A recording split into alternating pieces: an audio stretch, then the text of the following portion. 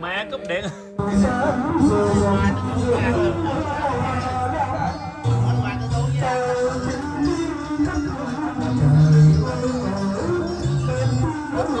Điện nó chửi cái đất nha. Quá chừng người luôn.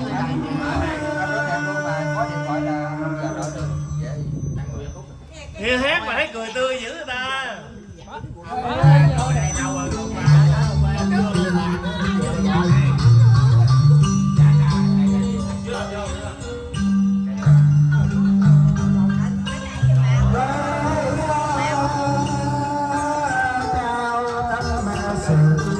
video hấp dẫn.